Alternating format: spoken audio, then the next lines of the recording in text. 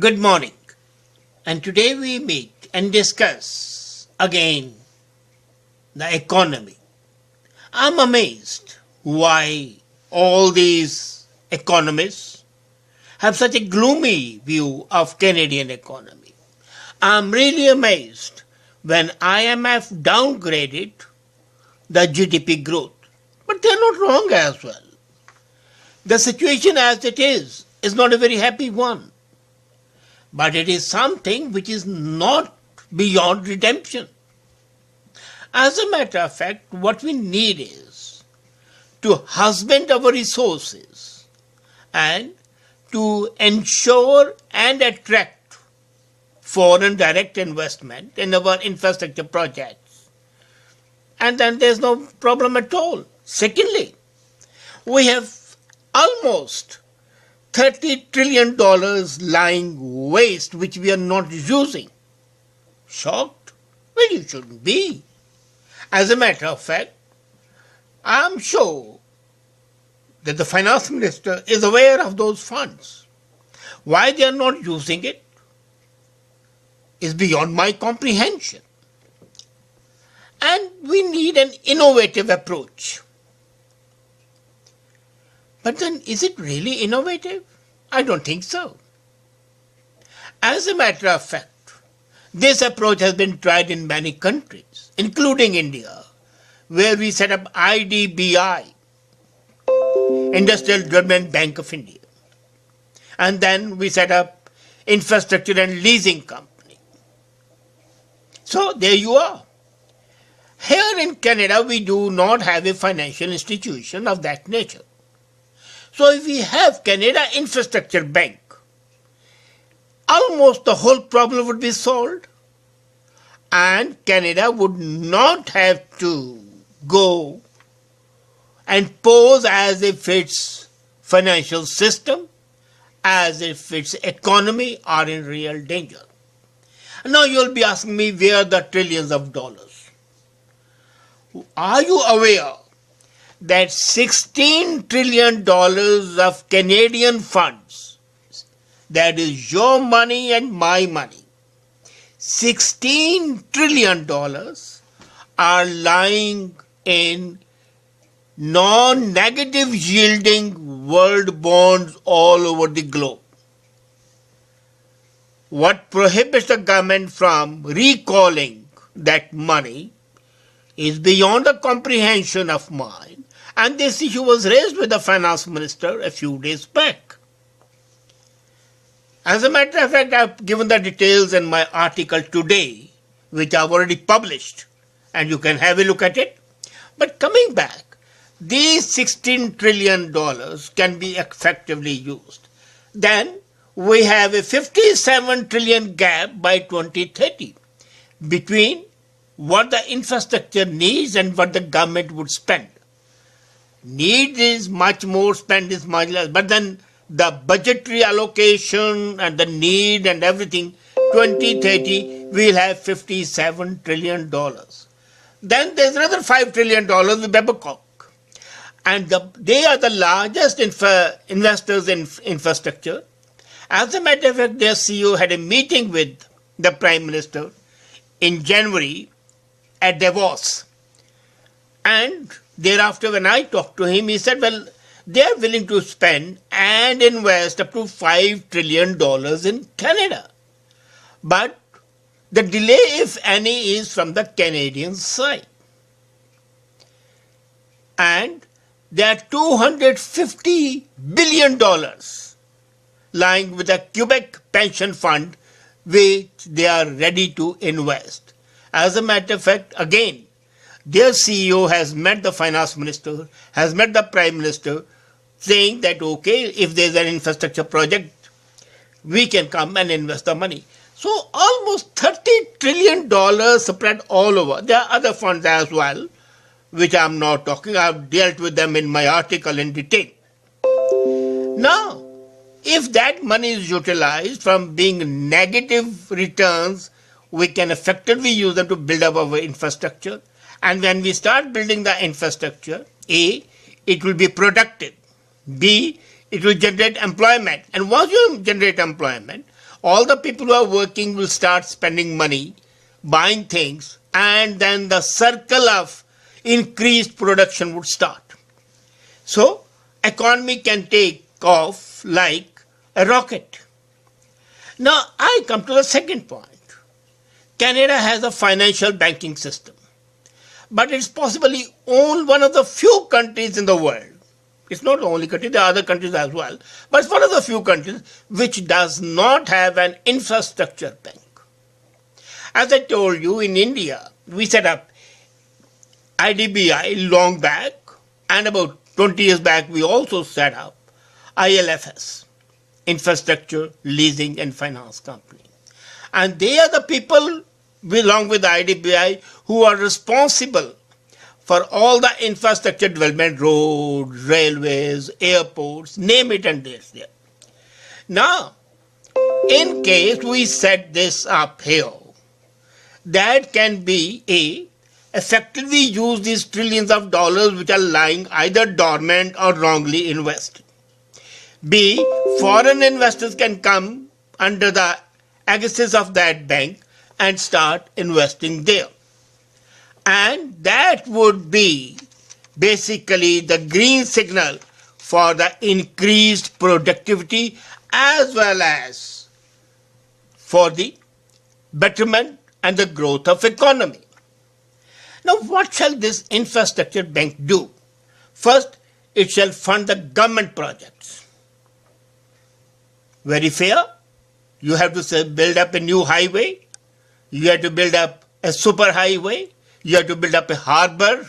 They have closed on the only deep sea harbor in North, Churchill, which I had objected here in one of my comments.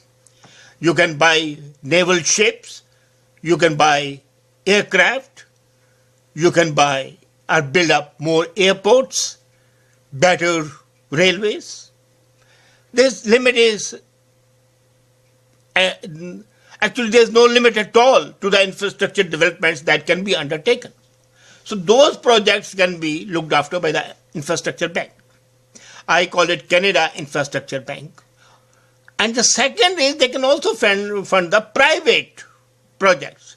After all, the private projects are ultimately going to lead to generation of income as well as to the development of infrastructure.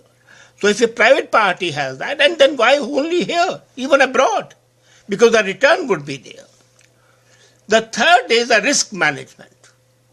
They undertake the risk management, evaluation and implementation of the projects, both at the federal level, provincial level, and in the private sector. And then the scale of investment. We have BDC here, but what is BDC? It's a puny financial institution. It doesn't have the capacity to invest up to trillions of dollars or billions of dollars. They're going to 20 million, 200 million, 500 million. But that's not the way we have got to make investments. We want investment that should be of such a magnitude and of such importance that the whole economy is emboldened to take measures which will generate further employment as well as have a cyclical effect. You set up one project and as a domino effect, 20 other projects are set up. Mostly till now, the projects have been real estate only, commercial real estate and things like that. We don't need that.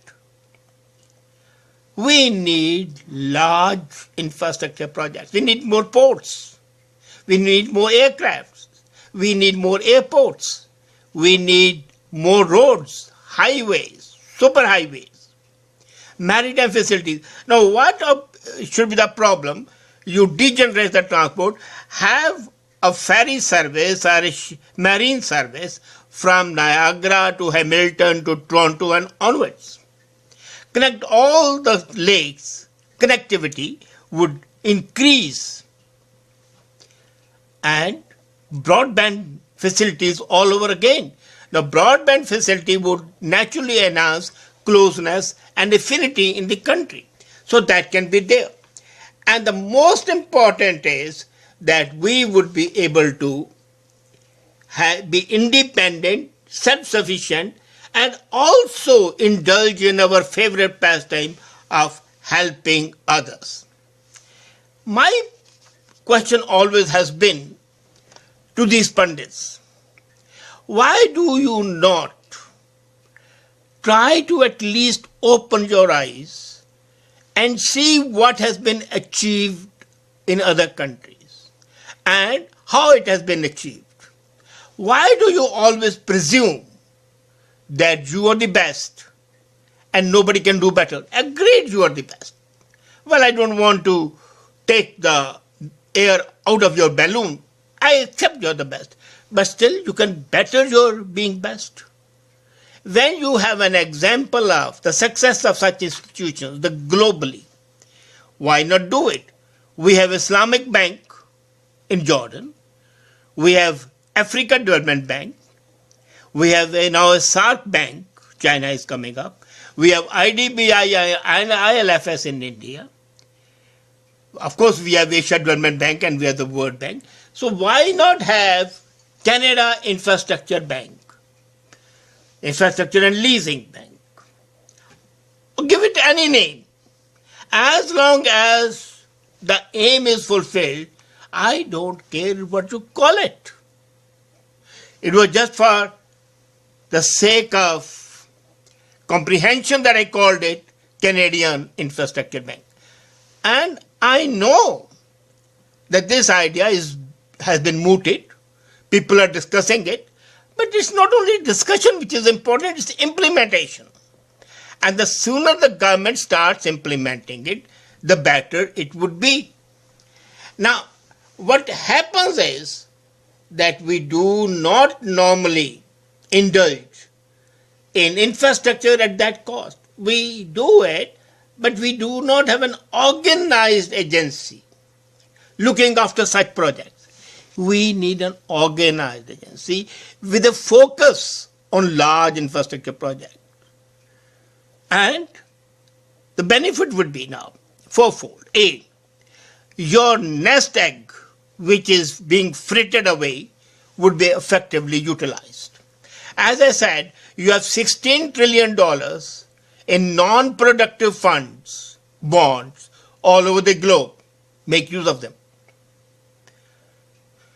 I don't know what hinders you from doing that.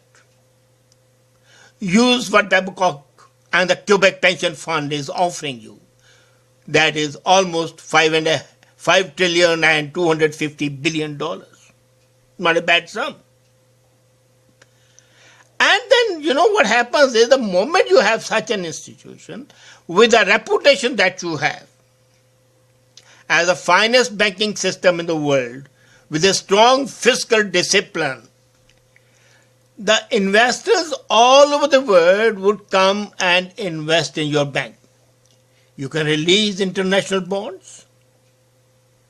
The bank can do it and get money from all over. And if you have a 20, 30 trillion, 40 trillion dollars of your own, you can be sure $100 trillion will come pouring in because the people would have confidence that here their money would not be squandered. They have confidence that Canadians are fiscally very disciplined and therefore they can invest money here. And what better way than to invest in the government bank, which would ensure definite proper returns. People are more concerned with the safety of their money. So when such an institution is there, people do not hesitate to invest money over there because they know their principal is safe and the returns are assured. Whatever is said would happen. There can be some instances where it doesn't happen, but they are very few and far between. So the whole gambit is that the situation as it is not a very rosy picture. It doesn't present it. But there's no reason to be sad about it. As I said, just be more innovative, and not even innovative, just be a good copycat. See the system that has been adopted the world over, alter it according to your needs, according to your culture, according to your requirement, and then implement it. And the moment you do it, you would find that most of your problems are solved. And once the issue starts, once the institution is set up, once the agency starts operating, then the inflow of the money would not be a problem, as one of the main considerations would be funding projects even of the private sector, large projects. I'm not talking of $100,000 and $200,000, but the large billions of dollars projects.